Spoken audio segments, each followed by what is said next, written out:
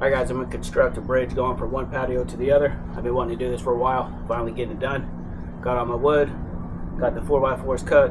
First thing I'm going to do is dig my holes to set my 4x4s in and get the framework of the bridge going. We can get on that right now. I've always been wanting to do this. Instead of putting rocks or stepping stones, I want a bridge going over my little bit of a drainage kind of ditch going through here. I'm going to have my bridge going over it. I'm just starting on it. Got my wood. I'm going to use 2x4s for the side and 1x6s for the slats. I'm going to put 4x4s in the ground with a little bit of cement. There's multiple ways to do it. That's how I'm going to do it. I'm just getting started.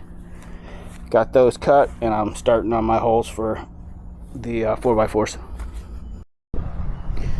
Alright, I took a pretty good break earlier. I shouldn't have. It's been thundering and looks like it was about to start raining. So I was panicking, but everything's level on this one. I've been worked on first. I put at least 2 screws on each side because my drill is running out of batteries. 2 screws to hold the 4x4 or the 2x4 on the 4x4, and now I'm just digging down the holes to where it's level, which it is perfectly level. It was very easy, but I want to drop it down a little bit further so the face board on here right now is probably about that far off of the ground. I want it just a little closer, so I'm gonna go through to skim off a little bit more out of each hole, get it done. Do the same to this side, make sure they're level, make sure they're level and even this way, and get the concrete in. All right, we're ready for concrete here. Got it all leveled out with the post holes. Very easy to do, easier than I expected. Everything's nice and level, nice and straight. Put these boards on there to hold it this way at 27 inches on both sides. Hold them straight up and level while we wait for the concrete to dry, which is what I'm about to do right now. Get the concrete in the holes and get some water on them, let it dry overnight. Alright, well, I'm just pouring dry concrete into these holes. I'm going to leave a little space for my water. And then I'll go back and I'll put more dry concrete on there. And I'm going to kind of dome it up, hill it up a little bit, and then mist that around there so the water doesn't sit around the posts and it runs off of it.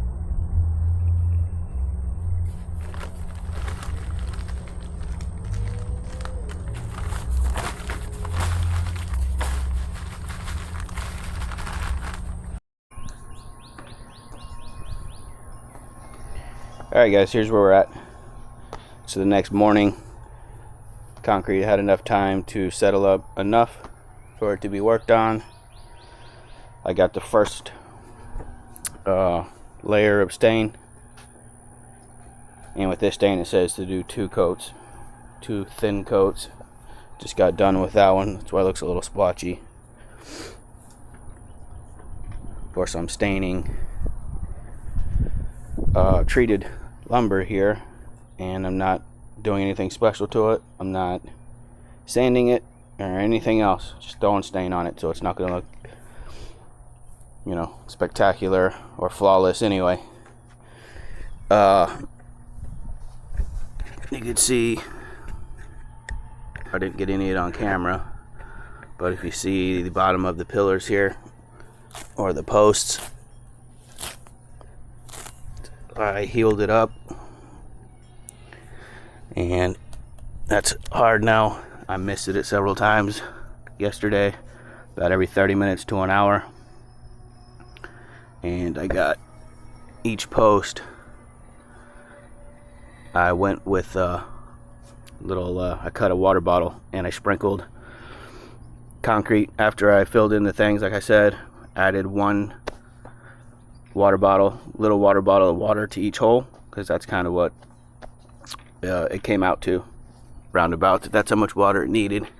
And then after that drained through, I just came and I sprinkled with the cut water bottle, filled in the hole, and then sprinkled it around the edges until it built up a hill. Kind of hilled it up a little bit more with my fingers, and then I misted the hills. And obviously you do that so water doesn't pool up around the posts.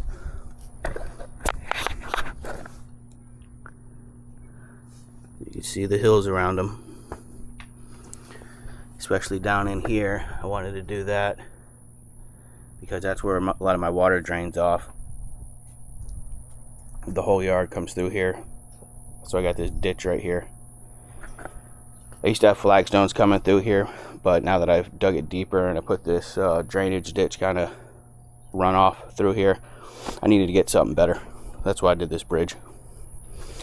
Anyways, that's where it's at. I'm gonna let that dry for a little bit. I'll put on the second coat, and then I'm gonna start on what I'm gonna do for my top, slats.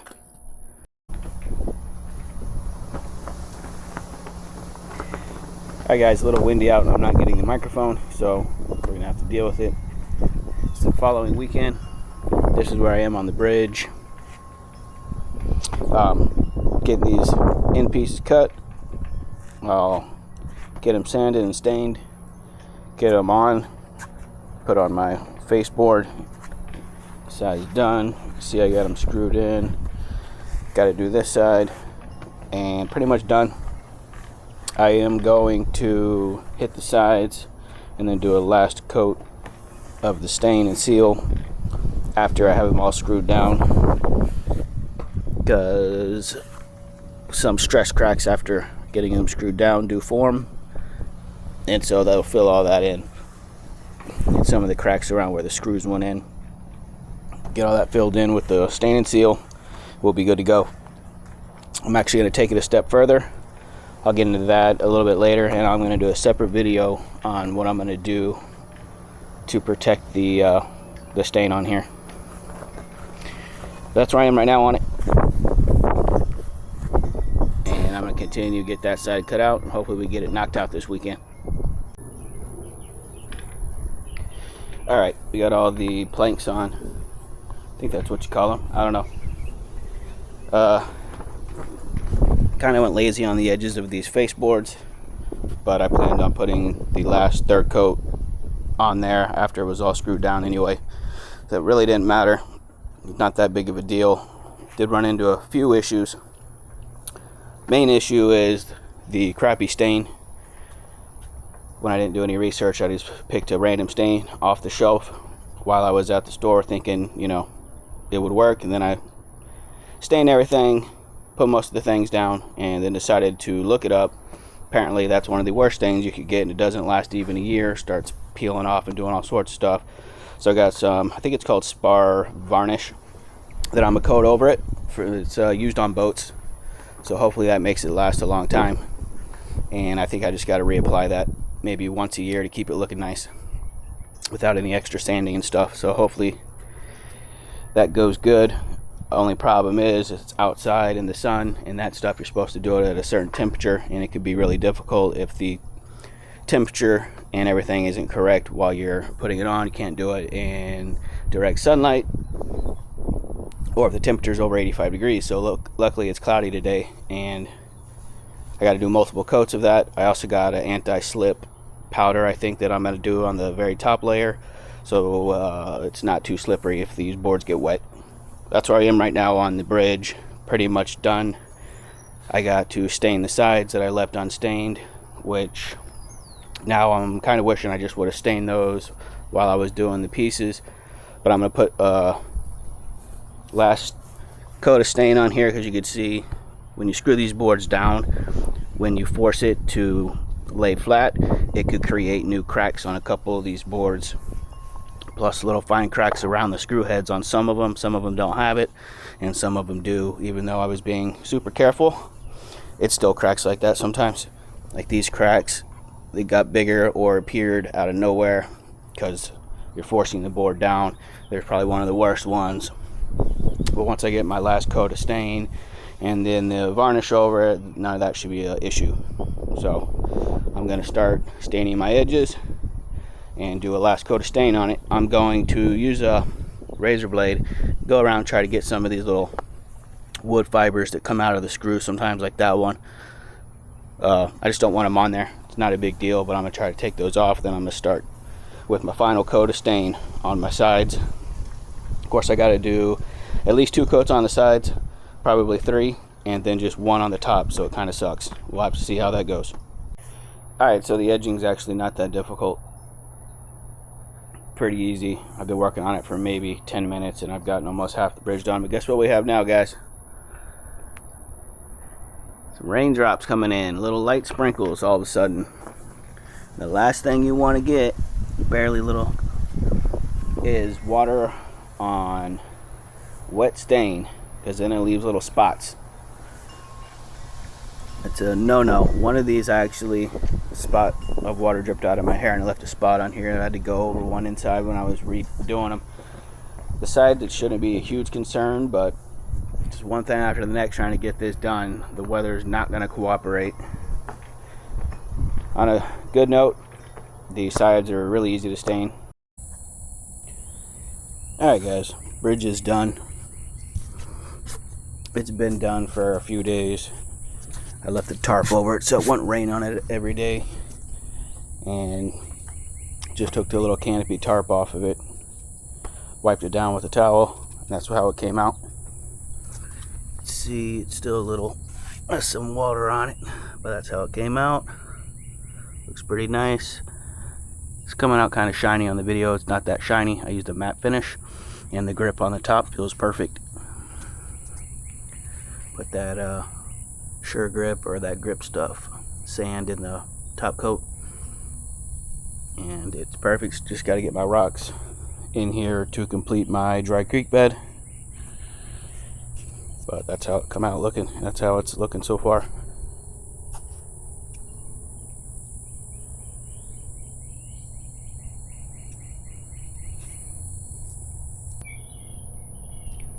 Alright, I need to wrap up this video.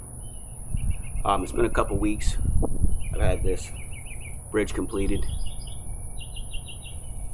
Kind of forgot where I ended with the other videos I did and had to rewatch them, see where I was and see what I wanted to say. Kind of let the time, get by me. Too much time passed and I kind of forgot, what I was doing, what I wanted to say, where I was going to go with this whole ending of the video. But this is the stain that I used.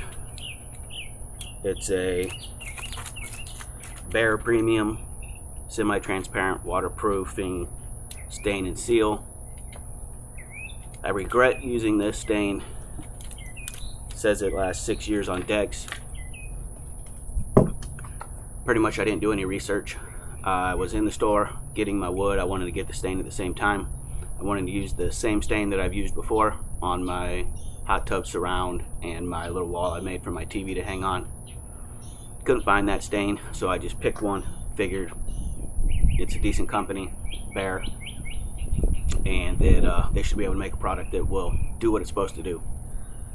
So I got home, started on my project, cut these pieces, started staining them, and then after I was almost done staining them, I decided to go ahead and look up some stuff on stain for some reason. Kind of backwards. I should have done a little research beforehand, but I didn't. I wanted to get it while I was at the store. Turns out this is one of the worst stains you can use. Ends up peeling or flaking off within the first 6, 7, 8, 9 months. Definitely within a year it starts failing, which is crazy to me. Definitely wouldn't recommend using this. From what I looked up, I think it's called like TWP. You can get it at Ace Hardware. If you want to just get some stain real quick, look for that stain. I think it's called TWP stain, the oil-based product. But anyways, so I was deciding if I wanted to take what I stained off, or if I could finish it with another product, which took my expense level up. I had to spend more money, I had to do more work, so kind of sucked. Anyways, I decided to use this Total Boat Lust spar varnish.